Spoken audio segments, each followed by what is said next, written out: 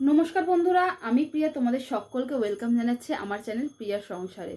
তো কেমন আছো তোমরা সবাই? আশা করছি তোমরা সবাই খুব ভালো আছো আর আমিও কিন্তু বেশ ভালো আছি।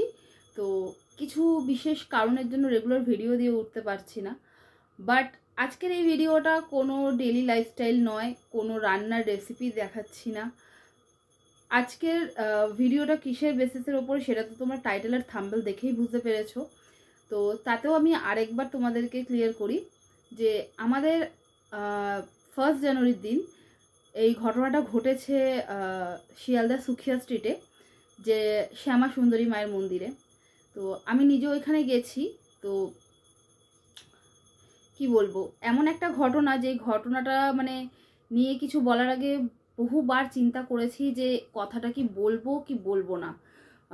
সঠিক প্রমাণ ছাড়া কোনো কথা বলাটা উচিত না, আবার পুরো বিষয়টা না জেনে বুঝেও কোনো কথা বলাটা আমার মনে হয় না ঠিক। তো অনেকেই আমাকে ডাইরেক্টলি ইনডাইরেক্টলি জিজ্ঞাসা করেছে, কমেন্টেও আমি পেয়েছি যে তুমিও তো শ্যামা সুন্দরী মায়ের মন্দিরে গেছিলে, যে ভিডিওটা আমি তোমাদের সাথে শেয়ার করেছিলাম। তো এইটার বিষয় নিয়ে তুমি কি বলতে চাও বা তুমি কি বলতে চাইছো, এটা নিয়ে কি হয়েছে বিষয়টা। তো সবার প্রথম কথা হলো, আমি ওইখানে নিয়মিত যাই না, তোমাদের মতনই আমি কারোর কাছ থেকেই শ্যামা সুন্দরী মায়ের কথা শুনেছি। তো সেই জন্যই আমি আর আমার মা একদিন গিয়েছিলাম সেইখানে। মেবি সোজা রথ থেকে উল্টো রথের মিডিলে আমি গেছিলাম। তো সেখানে আমরা গেছিলাম। প্রথম কথা, আমার নিজের পার্সোনাল অভিজ্ঞতা যদি আমি বলি, আমার এক্সপিরিয়েন্স খুব একটা ভালো নয়। প্রথম কথা, কিছু সিস্টেম আমার পার্সোনালি আমার খুব খারাপ লেগেছে। প্রথমত আমার যেই জিনিসটাতে প্রথম আপত্তি রয়েছে সেটা হচ্ছে গিয়ে কলকাতার জীবন্ত কালী মা শ্যাম সুন্দরী, এই পার্টিকুলার এই ওয়ার্ডটাতে আমার আপত্তি আছে। কলকাতার একমাত্র জীবন্ত কালী, মানে এই কথাটা বলে তারা কি বলতে চাইছে যে মানে সেইখানকার শ্যামা সুন্দরী মা জীবিত আর বাদ বাকি কলকাতার যে মা কালীরা রয়েছে তারা সবাই মৃত। একমাত্র জীবন্ত কালী বলতে তোমরা কি বোঝো আমাকে কিন্তু অতি অবশ্যই এটা কমেন্ট করে জানিও।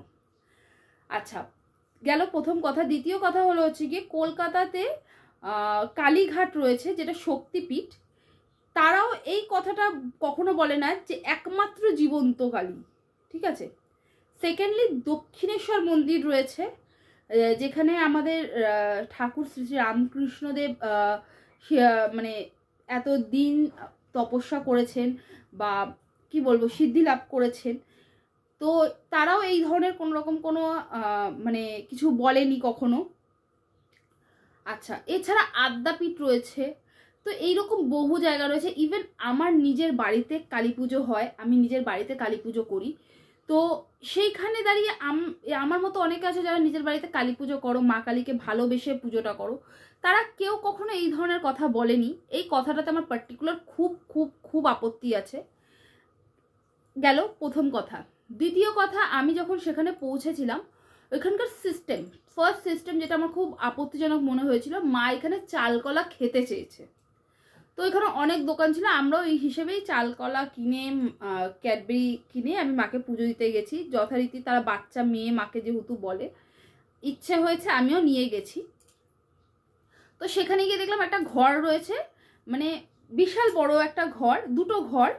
সেই দুটো ঘরের মধ্যে তোমার পুজোটা নিয়ে নেওয়া হচ্ছে। আলতা সিঁদুর ফুলমালা তুমি যা দিচ্ছ সেই ঘরটাতে বিশাল টাল হয়ে রয়েছে, এগুলো চাল কলা ফলা সমস্ত কিছু। তো তুমি যে পুজোটা দিচ্ছ তোমার নাম গোত্রটা তারা লিখে নিচ্ছে, আর ভেতরে গিয়ে তুমি অঞ্জলি দিচ্ছ। দেন এবার তুমি যে অঞ্জলি দিয়ে মনে করছো যে তুমি এবার বাড়ি যাবে গিয়ে, তো তুমি বাড়িতে কি প্রসাদ নিয়ে যাবে? কোনো প্রসাদ তুমি নিয়ে যেতে পারছো না। ওইখান থেকে ভোগ দেওয়া হয়, একদম রাইট, দুবেলা ভোগ দেওয়া হয় এখানে। তো ভোগে নানা রকম জিনিস থাকে, ওরা কলাও দেয় একটা করে ক্যাডবেরি দেয় ওরা। তো দিত, এখন দেয় না, দিত।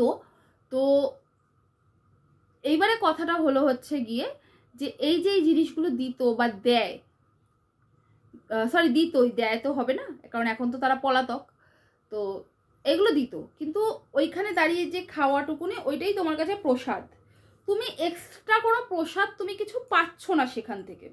যে তুমি পুজো দিয়েছো, তুমি বাড়িতে নিয়ে, যেরকম আমরা দক্ষিণেশ্বর মন্দিরে গেলে কি হয়, ঠাকুরের পায়ে ফুলমালাটা দিয়ে একটা সন্দেশ তারা রেখে দেয়, ঠাকুরের পায়ে ঠেকিয়ে সেই সন্দেশটা তোমাকে দিয়ে দেয় বাড়ির সকলকে প্রসাদ দেওয়ার জন্য, এরকম কোনো ব্যবস্থা নেই। দ্বিতীয়ত, যে ভোগটা দেওয়া হয় একটা মানুষের জন্য সাফিসিয়েন্ট নয়। প্রথম কথা, সাফিসিয়েন্টের জন্য লোকে প্রসাদ দেয় না, কিন্তু তুমি যখন 1টা-1:30 থেকে ভোগ দেওয়া স্টার্ট করছো, তো সে তো বাড়িতেও নিয়ে যাওয়ার মতন একটা কিছু থাকে মাথায়, তো সেইটা করা সম্ভব নয় সেখানে। এই দুটো জিনিস আমার খুবই খারাপ লেগেছে। আর দ্বিতীয়ত, আমি ঠাকুরের প্রসঙ্গে বলবো যে ঠাকুর সব জায়গারই জাগ্রত হয়, মা যেখানে থাকে সেখানেই মা থাকে, মায়ের মূর্তি যেখানে থাকে সেখানেও মা থাকে, যেখানে মায়ের মূর্তি থাকে না সেখানেও মা থাকেন।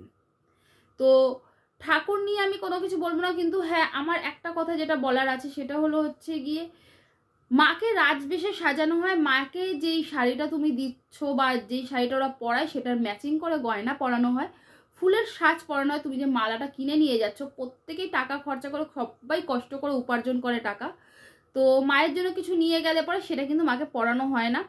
আমি জিজ্ঞাসা করেছিলাম যে আমার যদি পার্টিকুলার ঠাকুরকে কোনো মালা দেওয়ার ইচ্ছা হয় তাহলে, তো ওনারা আমাকে বলেছিল যে পার্টিকুলার তুমি সেদিন যেদিনকে যেই শাড়িটা পরবে ওনারা ঠিক করে দেবে যে কি কালারের ফুল আনতে হবে, কতটা কিরকম কি মালা আনতে হবে, সেই হিসেবে মাকে সাজানো হবে। তো সবাই তো সেটা অ্যাফোর্ড করতে পারে না। আমার ইচ্ছে হতেই পারে যে আমি তোমার বাড়ি বা অন্য কারোর বাড়িতে একটা ঠাকুরকে মালা দেবো, তো আমি আমার অ্যাফোর্ডেবল প্রাইস অনুযায়ী বা আমার ইচ্ছে মতন এই মালা দেবো, আমি তাদের ইচ্ছে মতন নিশ্চয়ই দেবো না।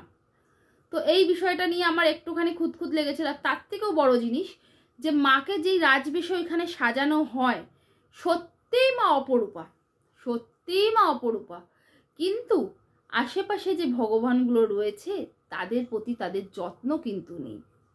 যেমন তোমরা যদি দেখে থাকো, পুরোনো ভিডিওগুলোও দেখতে পারো তোমরা, যে জগন্নাথ বলরাম সুভদ্রা যিনি রয়েছেন, বা মায়ের মানে নিচে যে শিব রয়েছে, মহাদেব রয়েছেন, তাকেও কিন্তু তারা খুব একটা যত্নে রাখেন না, পরিষ্কার পরিচ্ছন্ন রাখেন না।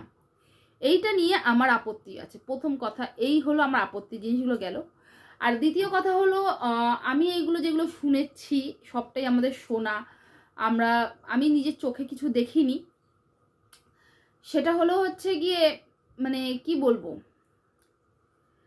চাল বিক্রি, মায়ের চাল বিক্রি করে দেয়, বা ক্যাডবেরি ফ্যাডবেরি এগুলো দোকানে বিক্রি করে, কম বেশি এই জিনিসগুলো না সব জায়গাতেই হয়ে থাকে, বিশ্বাস করো, কোনো আলাদা কিছু নয়, অনেক জায়গাতেই হয় এই জিনিসগুলো।